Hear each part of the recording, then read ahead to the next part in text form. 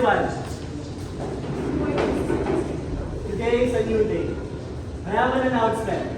Isang bagay na mag-iuto para sa ating department.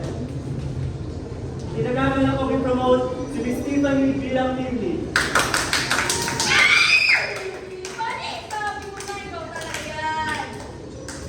Congratulations. Maraming salamat.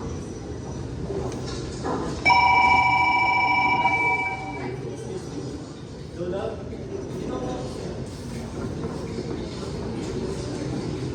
Wow! Congrats! Purple yan. Nice. Oo nga. Congrats. Good job. Balik-balik ka lang.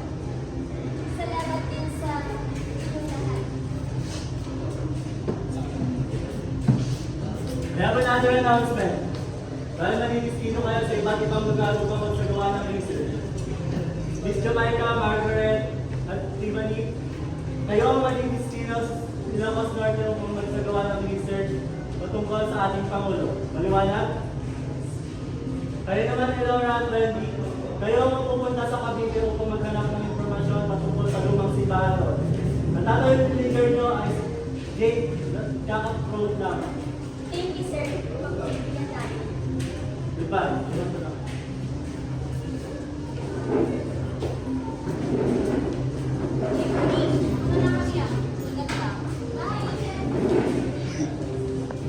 Uy, yung camera.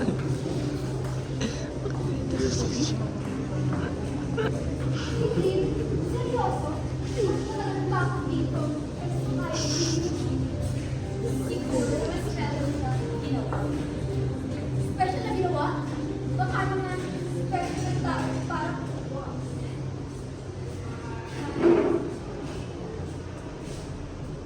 Look guys, I swear, hindi ko naman ito hiniling. Hindi ko rin inasahan na. Ganun. So, ang promotion pala ngayon, basta na lang may mabagsak sa kusino. Nagsikap din naman ako tulad ninyo. Hindi ito basta-basta. Pinaghirapan ko rin ito. Halos dugot bawis ang binuwis ko para na makuha ang mga gusto. Pero hindi kasi hininga. Pagsusunod. Siguro. Look, gusto ko maging isa tayo. Ayoko maging dahilan doon ng pagkakamat ang matak natin. Hindi ka na dyan. Hindi pangalan mo. Hindi sila ang short. Bakit? Bakit ganito? Ba't parang inuhin sa kapasok ay sinagpapalit? Bakit? Bakit kapag umangat ka, mas gusto nilang pabagsakin ka? Kung sa tingin nyo, hindi ko deserve to, hayaan ko patunayan kung dapat ako. Hayaan ko makuha ko ulit ang tiwala ninyo dahil mahalaga kayo sa akin. Hindi ko na umiyak.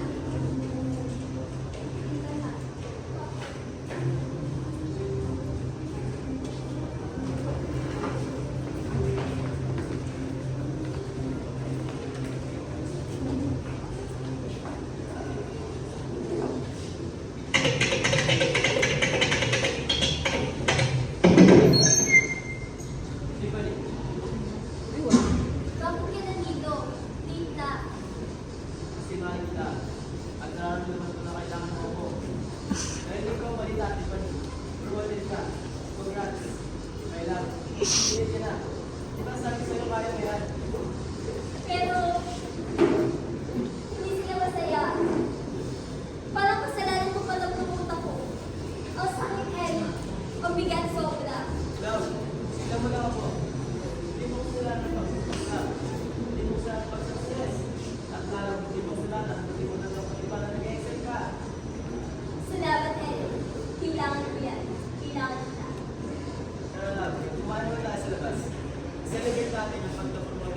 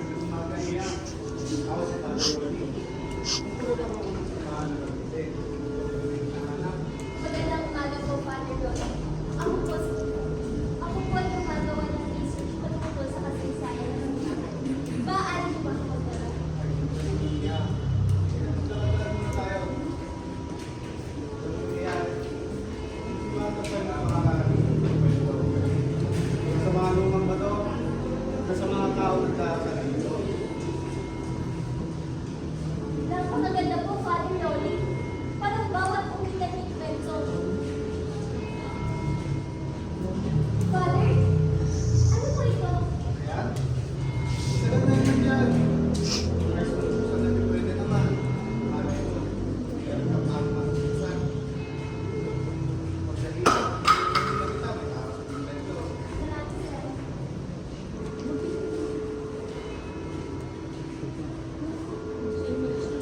Isang journal. Napakaganda ng kanyang sinagdanan. Ngunit, mas na mga tinta. Pero malinaw pa rin ang salita. Taong 1899. Wala namang pangalan ng kumuha. Ngunit, ang kanyang sulat kamay ay parang isang babae. Ang tono ng kanyang pagsulat ay parang desperado. Hindi sila maniniwala sa akin, ngunit si Luna ay nasa panganib. Mga lihim na pagpupuno, nagbabagong katapatan, lumalaking takot na handang isang pipito para sa kapangyarihan. Kung nababasa mo ito, magsalita ka. Huwag mong hayaang manalo muli ang katahimikan. Kung nababasa mo ito, magsalita ka.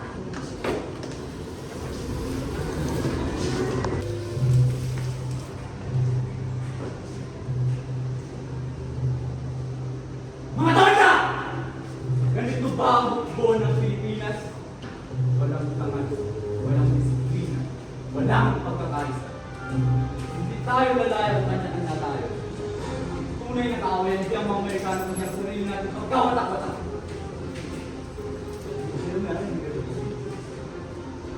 Kung ang pagmamahal sa bayan ay kasalanan, oo! Ako'y may sala. Walang leksyon sa city. Bawal naging isang basa. Halos hindi ko na marinig ang sarili kong pag-iisip sa gitna na nagsasalubong nini. Parang may kuryente dumadali sa akin. Puno ng pangamba. Nakaupo si General Luna sa silid. Kasama si Ronaldo at Pedro Padilla. Sa kalapapit ng isang sundalo. Kalma, maayos. Ngunit may kung anong hindi mabasa sa kanyang mga mata.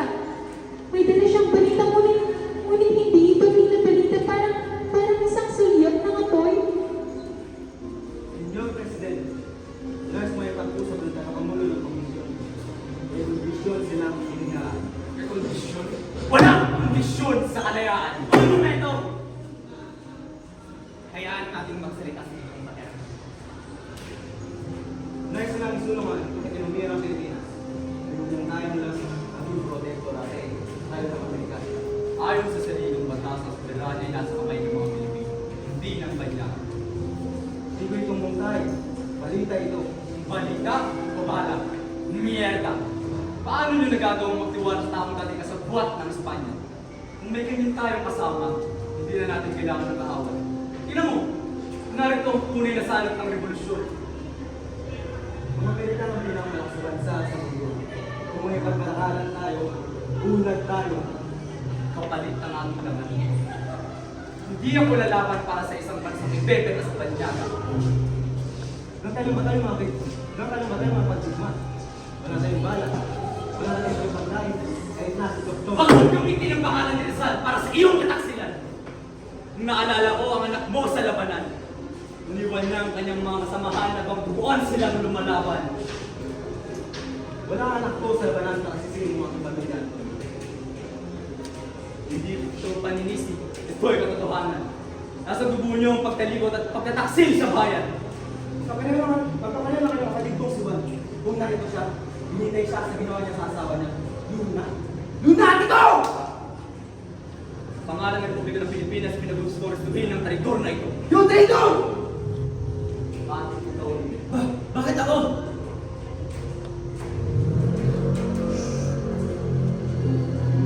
Hindi na natin kaya manisin ang kanyang pagkukunak. Nakita ko si Aguinaldo. Pedro Padilla at Randy na nagplano sa pagpatay kay Luna. Gusto ko itong pagkilin at sabihin kay Luna ang mangyari, ngunit hindi ako nito nakikita.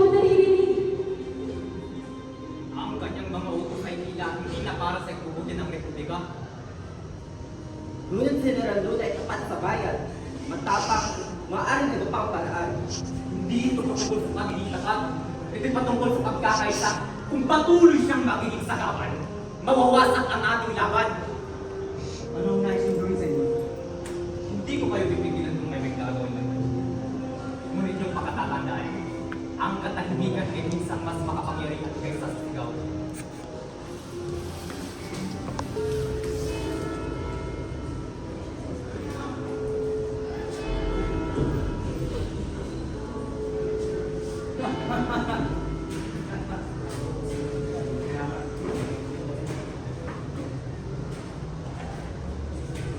Huwag nang pumasok, General. May kamatayang naghahabang sa loob ng simbahan. Ang tapang mo, Hilda. Anong ginagawa naman? Hindi ko yun. Ang tapang Ganito ba ang kukunin na inyong sinupaan? Ang mag-siesta nang wala sa oras at inyong maan sa loob ng simbahan. Papalit po kaya na tayo sa mga kayo sa Sandali! Habang ang bahay ay tutuan, habang ang ating mga kababayan ay nag-aari ng kanilang buhay, ay nagbubulaan dito. Hindi ito ang oras ng pagpapahinga. Ito ang oras ng pahinibaka! Ah! Tagal! Punyeta!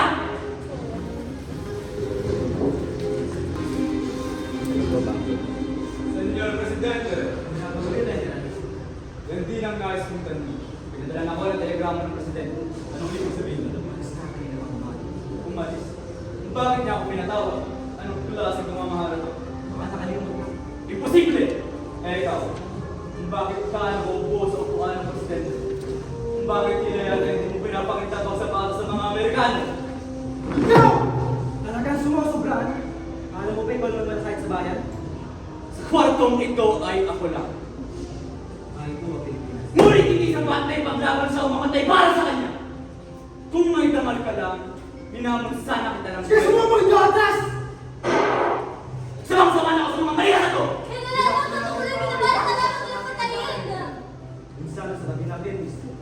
Kung ganun, mas lalo dapat tayo mag-ito. Dahil ang pagkataksi ang mas mamagsik makaisamahan. Ang tama ay madalas naging dahilan ng pagbagsak. Ingat ka, baka ba maging sakripisyo? Ang sakripisyo ang kailangan, handa ko ni Alan. Ngunit tandaan mo, ang dugo ng isang general ay hindi mawawala ng walang pagkalit.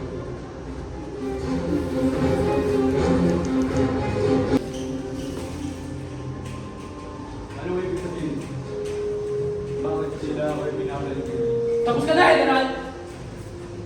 Kung pagkataksi lang inyong pasya, tandaan niyo, ang dugo ng isang general ay hindi mawawala ng walang pagkalit. Ilabas mo! Tama ba, General? Ang bayan, higit sa lahat.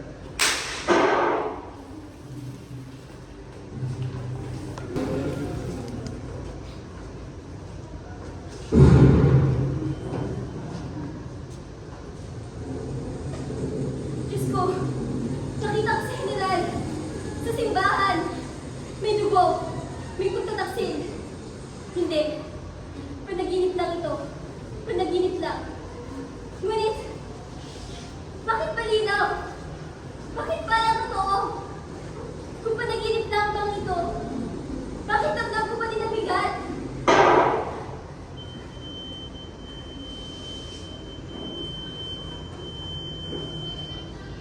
Hindi ito panaginip. Totoo ito. Ang nakita ko ay isang babalan.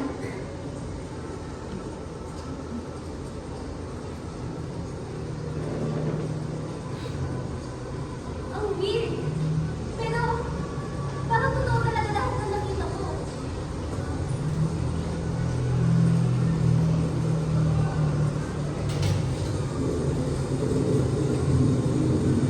Wait. Parang familiar. Nakita ko na ata ito somewhere eh. Ah! Oo. Ang journal. Ito.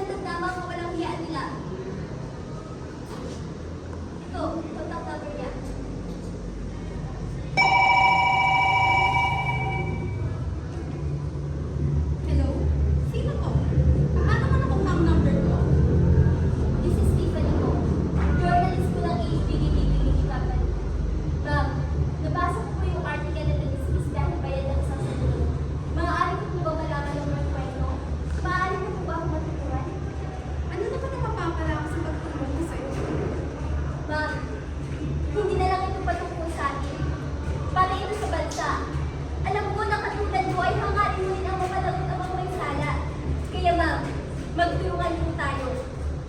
Tama ka. Matagal ko lang nais manapot ang sarili mo. Dahil sa kanya na wala ng pangarap ng mga estudyante sa lugar namin. Tama ka sa kanya nakapagpilong ng kita ay tutulungan ng mga bata. Gagawin ko ang lahat para sa Pilipinas at mga Pilipino. Si Senator Luna na nagpahit ng kaso upang mapawalang sala ang isa pang senador. Nagtama ng slogan at yun si Senator Carla. Bigyan ng kita. Kayang-kaya kanilang patahimikin gamit ang kapangyarihan na meron sila. Hindi na ako magtatagal. Alam kong hahanapin na nila ako. Be careful at dalhin mo ang iman para sa Pilipinas. Makakaasa ka, Teacher Ada.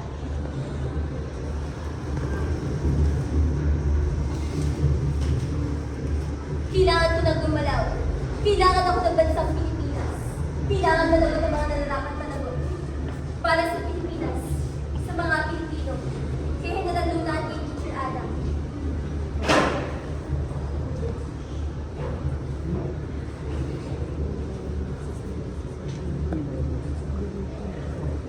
Ano man ang mangyari para sa Pilipinas, hindi ko ito pagsisisihan. Uploaded na.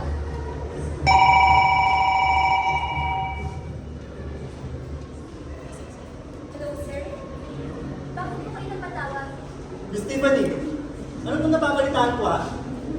Bakit ka agad gumagawa ng action nagkakasilin ng pangalan mo at ng kumpanya? Pasensya na ah, pero hindi maaaring madama yung kumpanya ng dahil sa'yo. Simula ngayon, tatanggalin na kita sa posisyon mo bilang team leader. At huwag ka na naman magugulat kung paano lisensya mo yung mawawala.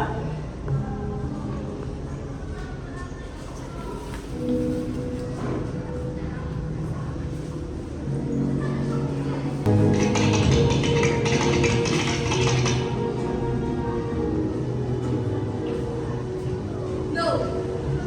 No! Imposible ito! Nasaan? Nasaan yun?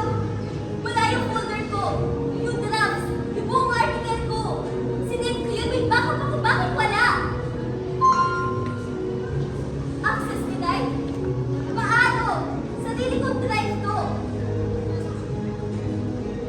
Expired na rin pati yung press pass ko! Hindi pwede to! Kakarin yung wala may ating pagbuwan na! User does not exist? Hindi pwede to. Sarili kong drive to. At ang kumpanya lang pwede gumawa nito sa akin. Pinula nila ako. Hindi lang yung files ko. Pati yung account ko. Pati pangalan ko at pagkatao ko. May gumawa nito. May gustong pagbawalan ako bago ko maisiwalan ang mga katotohanan.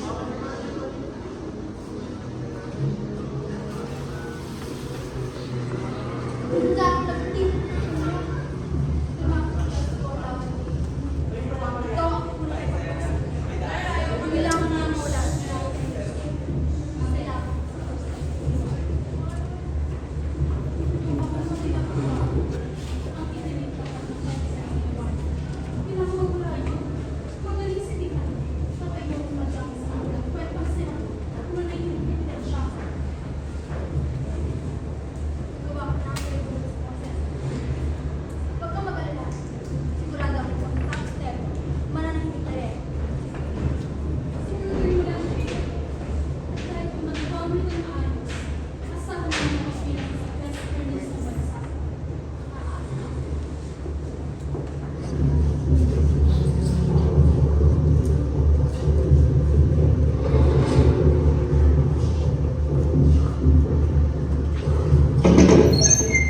Good morning, everyone. I have an announcement. Today, Miss Tiffany will no longer be part of this company. From now on, Miss Tabernacle will be the new team leader. Congratulations. Thank you, sir. Bye. Wala lang naman procedure kaya pinili siya. Akala mo naman pinagawa sa yung maganda. Kaya nga, wala pa rin natalo kay Tiffany, no? Ang maraming pera.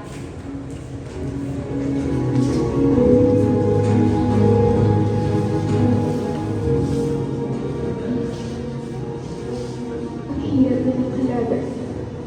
Gagawin nila ang lahat para maitago at matakpan ng katotohanan. Naguguluhan na ako. Hindi ko na alam kung ano bang dapat kong gawin para sa Pilipinas. Baka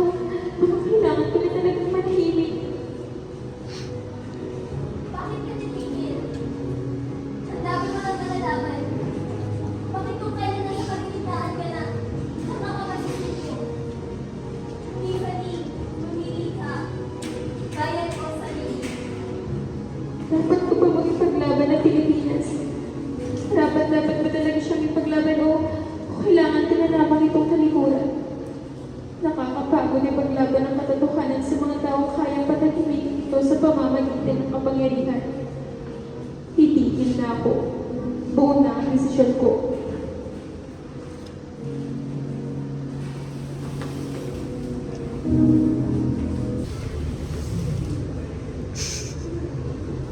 Perdas, Perdas. Kahit nagpapit ka, hindi pa rin tumitigil ang utak ko. Parang may kulang. Parang may hinahanap pa rin ako.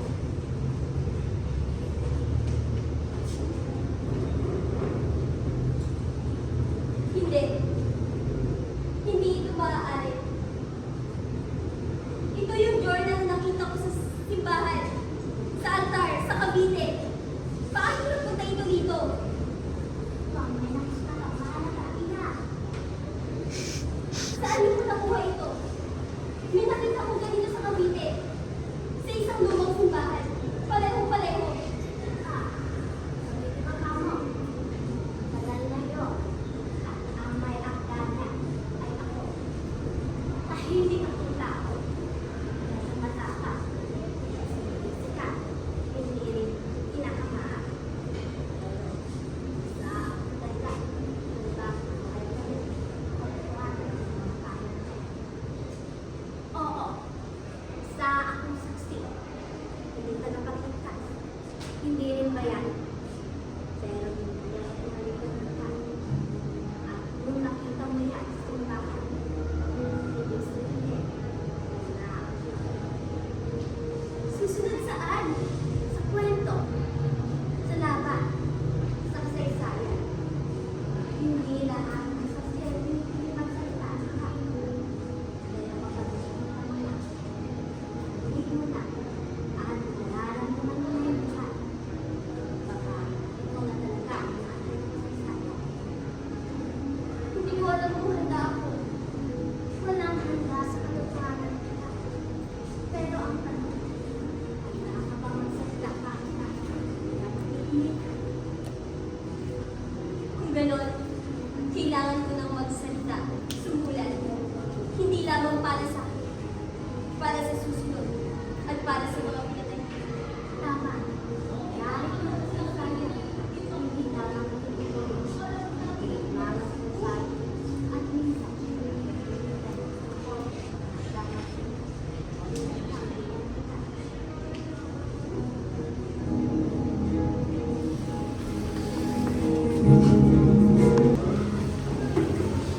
Hindi lang ito physical. Hindi lang dahil sa puyat. Ito yung pagod na galing sa loob. Sa puso, sa isip, sa konsensya. Hindi ako nakatulog kagabi. Nakatambad sa akin ang ikalawang journal. Bukas, tahimik, pero parang sumisigaw. Ang bitak na araw sa papalan. Paulit-ulit kong hinahaplos. Parang may gusto akong maramdaman. Pero, ang balik lamang sa akin ay katahimikan. Malalim, mabigat. Alam ko delikado lahat ng katotohanan na hawak ko. Pero mas delikado ang manahimik. Guys, nakakabago itong araw na ito. Paano na? Paano na ang gagawin ko? Paano ko inalathala lahat ng nasaksihan ko?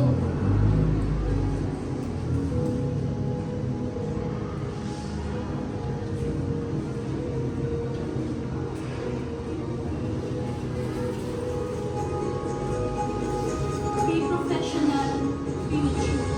Mga kababayan, narito kami para linisin ang aming mga pangalan ng may pagkalang respeto. Linawin ko lang, wala akong kinalaman sa sinasabing ghost project na yan. Ang lahat ng ito ay gawa-gawa lamang.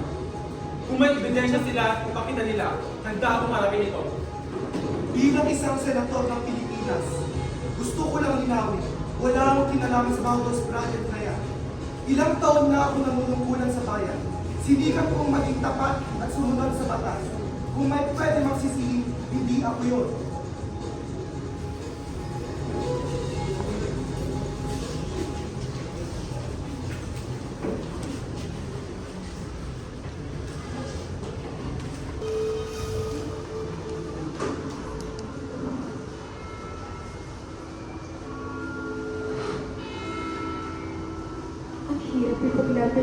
laban sa iba.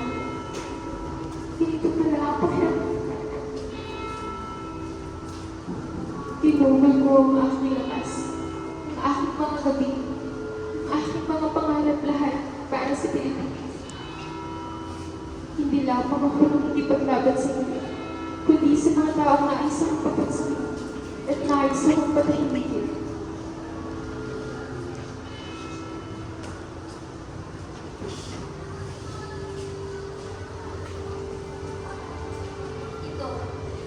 Ito ang nagpapatunay na mananagot ang lahat ng sakit.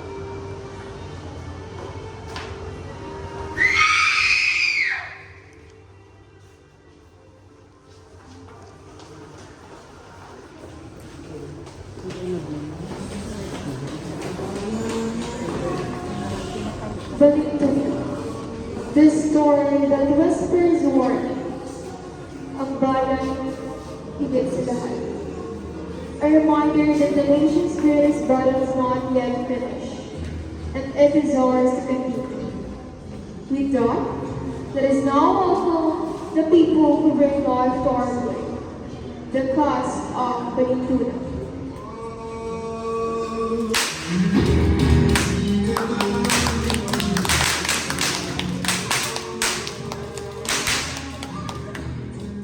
Now, let us now welcome the people who bring life to our way.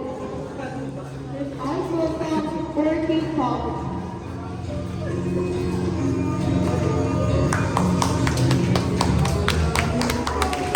Next, we call on the Master of Sound and Law to give written and color to everything. Technical team.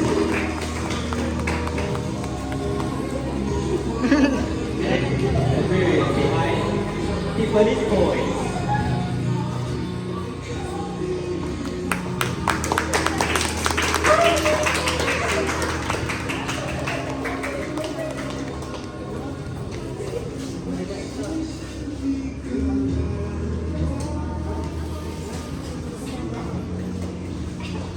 Ay, And now, let us welcome the people who guard every moment of stage. Let's give them a round of applause, our directors.